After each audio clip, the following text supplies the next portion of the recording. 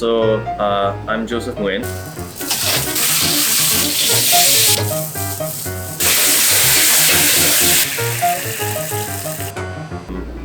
Owner and operator of Tâm Vietnamese Street Food and Cafe. Tâm is it's like a funny restaurant because I kind of split it into maybe like two business models. One is a community hub, and then the other one is like a restaurant. On the restaurant, we try to do like accessible food. So the business model focuses more on like quantity of people coming in rather than, come in, have a nice dinner, spend a lot of money.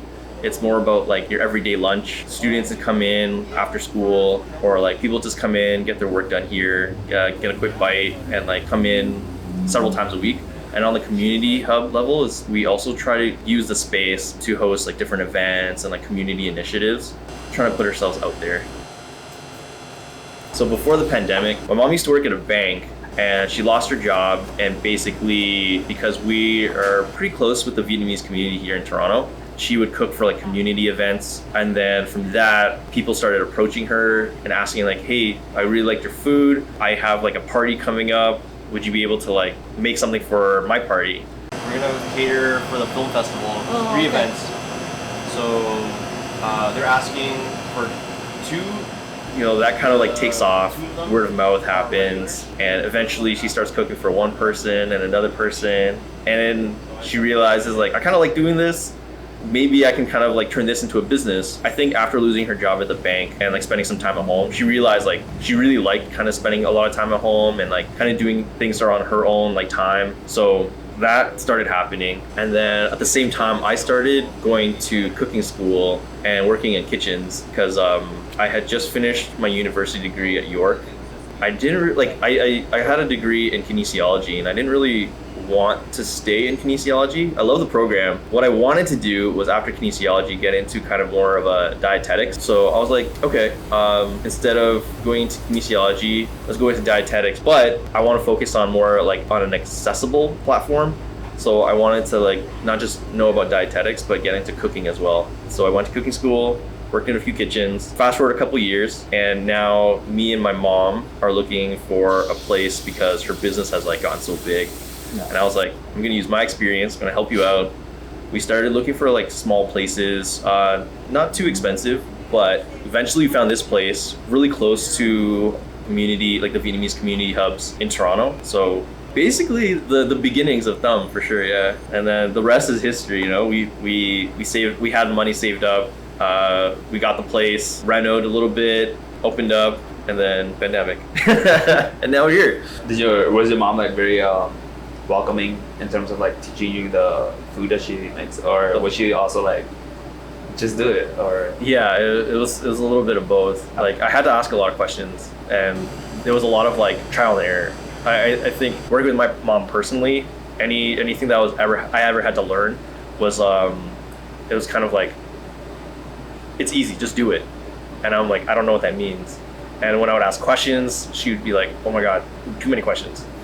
So then I would do it, and then she would look at it, and then that's when I would get like the real learning, and that's she would like tear it apart. She's like, oh, it's seasoned all wrong, like it's too salty, or like you need more balance. Like I hate the term like nup da, because it's like it's so vague, right? And it's like when someone's like, yo, just you need to season it to perfection. It's like, what does that mean? And like with Vietnamese food, like Southern cooking specifically too, where it's not just like the perfect amount of salt, it's like it's sugar, it's salt, it's like enough like fish sauce, or it's just like the right amount of like the textures, right?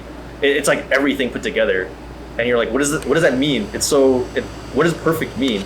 So it's something I kind of learned to hate. It's a good phrase. It's like when you hear it, you're like, oh, it's like nup da, it's like perfect. But at the same time, when you're learning and someone says like, yeah, just like season it until it's like nup da, you're like, oh. So how did you come up with the name Tâm? Like, does it hold any meaning to you or your family specifically? Unfortunately not. It's a lot more basic and like straightforward. But to be honest, the story is just, I was sitting down, we're brainstorming names, or I was brainstorming names, and I was just like, going back and forth with my mom, saying like, okay, what about this? What about this name? What about this name? And she's like, no, that's dumb. Like, no, don't name a restaurant that. Like, it doesn't make sense.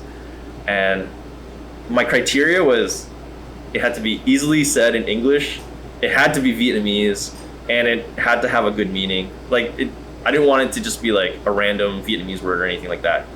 So eventually I was like, what about dumb? Like, it means heart, it's a nice meaning. It's like really short and simple. And if someone who didn't know Vietnamese were to say it, it'd be like tam, which I'm okay with. It's not like hard to say, you know, there's no like accents that like are involved. And then as a bonus, I do have an uncle named Tâm. So I'm like, oh, and then he'll love that. So yeah, we agreed on it. She was like, yeah, that doesn't sound bad. I'm like, cool, works for me. That was it. I have something in my head where I rank Vietnamese dishes by like levels, right? It's I would say like 4 or 5 levels of Vietnamese cuisine, and at the bottom, level 1, that just means like everyone knows what it is. It's like if you've heard of Vietnamese food, it's probably because you heard of this, and that would be like banh mi and pho. And then level 2 would be like, okay, maybe you've heard of it if you're not Vietnamese, but like all Vietnamese people know what it is. So that would be maybe like bún bò Huế or like bún riêu, bánh xèo. Those are getting pretty popular, like gỏi cuốn. Those are like pretty popular, but at the same time like not in your face. And then level 3 would be like Vietnamese people know what it is, but if you're not Vietnamese, like probably not. And that's kind of like where I'm coming from with the restaurant, where I'm starting to do stuff like thịt kho and like cà ri, bánh cuốn, where it's like, you guys know what it is. Like, you're Vietnamese, you know what it is. But if you're not Vietnamese, it's like, interesting, what is this? And you're like, trust me, it's good. Like, we all, like, look at all the Vietnamese people, like, they're into it. They know what it is. That said, like, we do lose some Vietnamese customers because they're home cooking, right? It's home cooking. So you're like, oh, I can eat thịt kho like all the time. You have kids who are like, oh, my mom makes it all the time, I'm not gonna order it at a restaurant.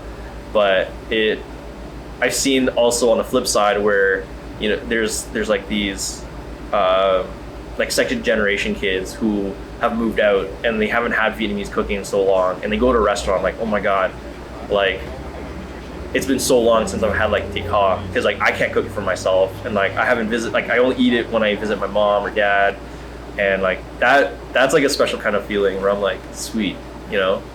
And then the street food, I would say, is like level 4, where like you're getting to a point where even Vietnamese people don't know what it is.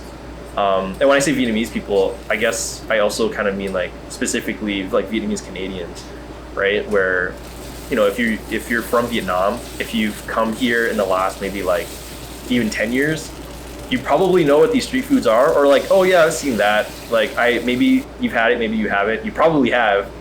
But people here, we're so separated from the culture in Vietnam, like in Vietnam, what's happening right now, that it's so easy to go like, this is a popular street food dish. Everybody from Vietnam will know what this is, but like only a small group of people might know what it is here.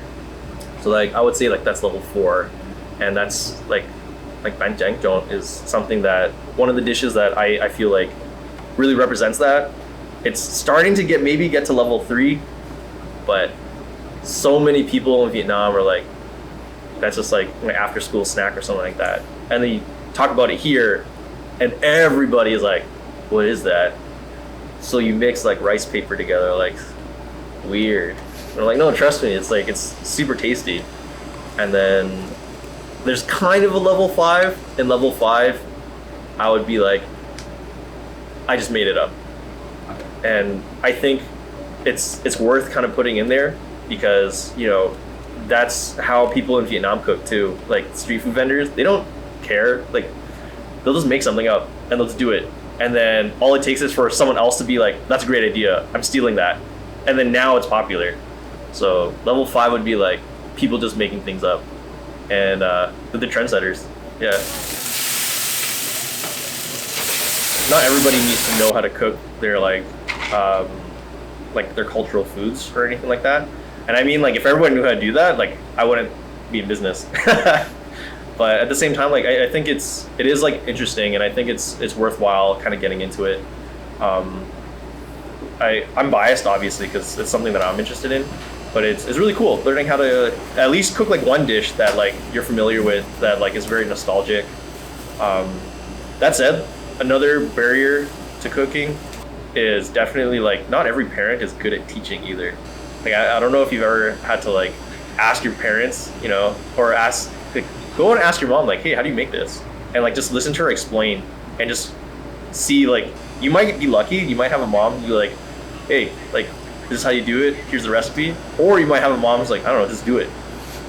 What do you mean just do it? Like, I don't know, just like, these are the ingredients, you put it in a pot and then you cook it. Like, what is there to it? So I've seen a lot of parents kind of do that, and you're like, that didn't help me at all. So Joseph said that one of the criteria when you were like teaching Joseph how to cook was how to make something, season it to dum da. Oh yeah. Okay. Oh.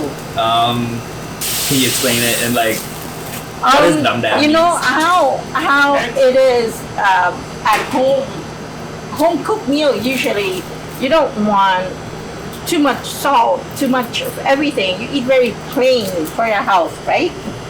Yeah. So when people go to a restaurant, they want to change something. They want to treat themselves. So you can't make it plain like you cook at home. So you have to make not da, meaning like everything like tasty, not just plain. So you need to have it tastier than a home cooked meal. That's about it.